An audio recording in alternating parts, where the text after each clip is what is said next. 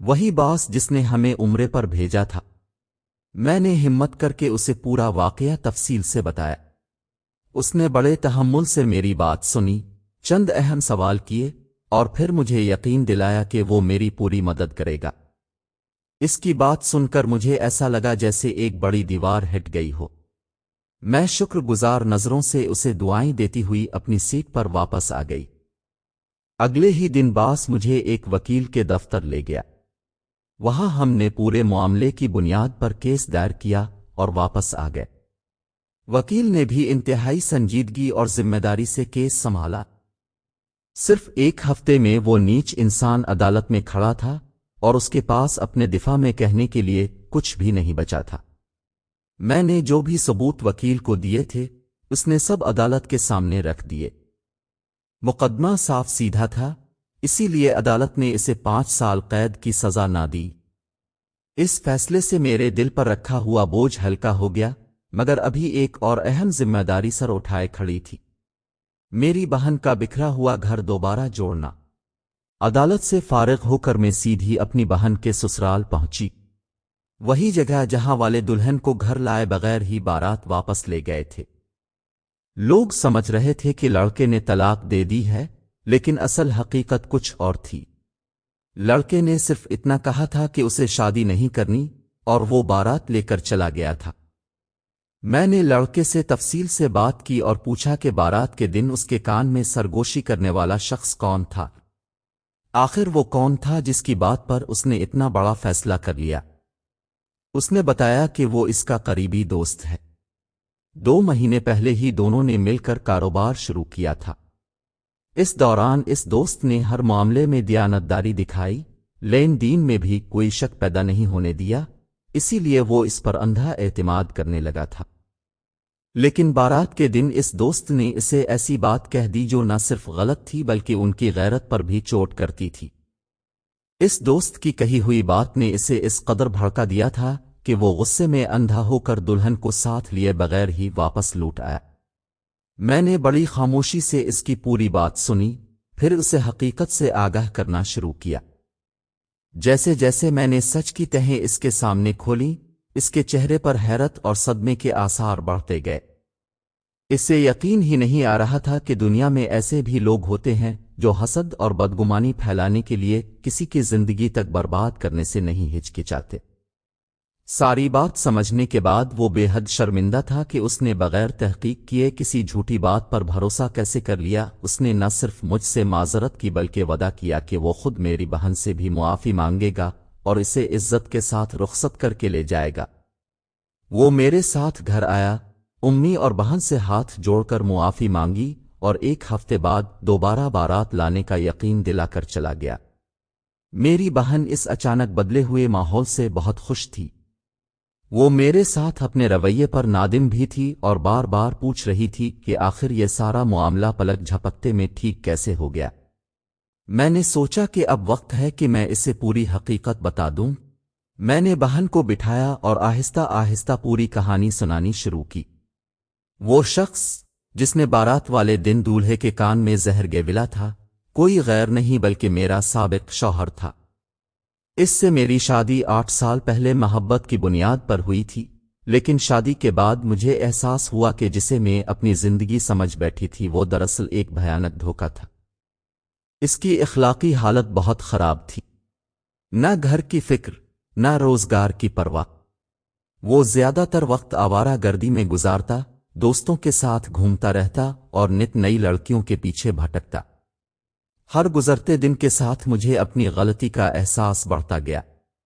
میں وہی تھی جس نے ضد کر کے ماں کو منایا تھا، اسی انسان سے شادی کی تھی اور اب اسی کا بوجھ روز برداشت کرتی تھی۔ میرے پاس اب صبر کے سوا کوئی راستہ نہیں تھا۔ میں دل ہی دل میں اس کی ہدایت کے لیے دعا کرتی رہی، مگر حالات سدھرنے کے بجائے بگڑتے ہی گئے۔ اسی ماحول میں میری گود 2 بچوں سے بھر گئی۔ پہلا بیٹا تھا اور دوسری بار بیٹی ہوئی تو میرا حوصلہ ایک بار پھر ٹوٹ گیا۔ میں پہلے ہی سمجھوتوں میں بندھی زندگی گزار رہی تھی، بیٹی کی آمد نے مجھے اپنے سارے گزرے ہوئے فیصلے یاد دلا دیے اور میں ایک بار پھر اندر سے بکھر گئی۔ میرا شوہر سدھرنے والا نہیں تھا، اور وقت کے ساتھ مجھے یہ خوف ستانے لگا تھا کہ اس کے بگڑے ہوئے رویے بچوں کی شخصیت پر نہ پڑ جائیں۔ میں نے خود تو غلط فیصلہ کر کے زندگی برباد کر لی تھی، پر میں اپنی اولاد کے مستقبل کو اس کی گندی عادتوں کے ہاتھوں اندھیرا نہیں ہونے دینا چاہتی تھی۔ اگر وہ اسی ماحول میں پلتے تو نہ ان کا کردار محفوظ رہتا اور نہ اخلاق۔ گھر کا خرچ تو ویسے بھی برسوں سے میری کمائی پر چل رہا تھا، اسے ساتھ رکھنے کا کوئی فائدہ نہیں رہا تھا۔ بہت سوچنے اور برداشت کی تمام حدیں پوری ہونے کے بعد میں نے اس سے الگ ہونے کا فیصلہ کر لیا اور عدالت سے خل لے کر اپنی زندگی نئے سرے سے سنبھال۔ وقت اپنے طریقے سے آگے بڑھتا رہا، مگر بدقسمتی سے قسمت نے ایک جگہ آ کر ہماری راہیں پھر ملا دیں۔ میرے سابقہ شوہر نے مجھے اپنے دوست کی شادی پر دیکھ لیا تھا۔ وہ فوراً سمجھ گیا کہ دلہن میری بہن ہے، اور اسی لمحے اس نے اپنی پرانی رنجش کا بدلہ لینے کی ٹھان لی۔ اس نے دولہے کے کان میں نہ صرف میرے بارے میں بلکہ پوری فیملی کے بارے میں بدترین جھوٹ بھر دیے کہ ہم عورتیں کردار کے لحاظ سے کمزور ہیں، ہمارے کئی نامناسب تعلقات ہیں، اور یہاں تک کہ ماں پر بھی گھٹیا الزامات لگا دیے کہ وہ ناجائز کاموں میں ملوث ہے۔ ایسے مکروہ جھوٹ سن کر ایک غیرت مند لڑکے کا طیش میں آ جانا فطری تھا، اور اسی اشتعال میں وہ بارات کو بغیر دلہن لیے ہی واپس لے گیا۔ دوسری طرف حقیقت یہ تھی کہ میرا سابقہ شوہر بظاہر اپنے دوست کا خیرخواہ بنا ہوا تھا، لیکن حقیقتاً وہ اس کی دکان اور مکان پر قبضہ کرنے کے چکر میں اسے دھوکہ دے رہا تھا۔ جب امی مجھے لے کر دولہے کے گھر پہنچی تو میں نے اسے وہیں دیکھ لیا تھا، اور ساری کہانی ایک لمحے میں سمجھ آ گئی۔ امی کو بھی حقیقت کا ادراک تبھی ہوا تھا، اسی لیے انہوں نے غصے میں مجھے مورد الزام ٹھہرایا تھا کہ میری وجہ سے وہ ایک بار پھر رسوا ہو رہی تھی۔ لیکن میں نے ہمت نہیں ہاری۔ اپنے باس کی مدد سے اس شخص کی تمام جعلسازی کے ثبوت اکٹھے کیے اور قانونی کارروائی کر کے اسے اس کے انجام تک پہنچایا۔ پھر میں نے دولہے کو بھی پوری حقیقت بتا دی۔ وہ میری بات سن کر نہ صرف شرمندہ ہوا بلکہ اس نے فوراً اپنی غلطی تسلیم کی اور ایک بار پھر بارات لانے کا وعدہ کیا۔ آخر کار وہ دن بھی آ گیا۔ وہ دوبارہ بارات لے کر آیا، اس بار عزت اور محبت کے ساتھ۔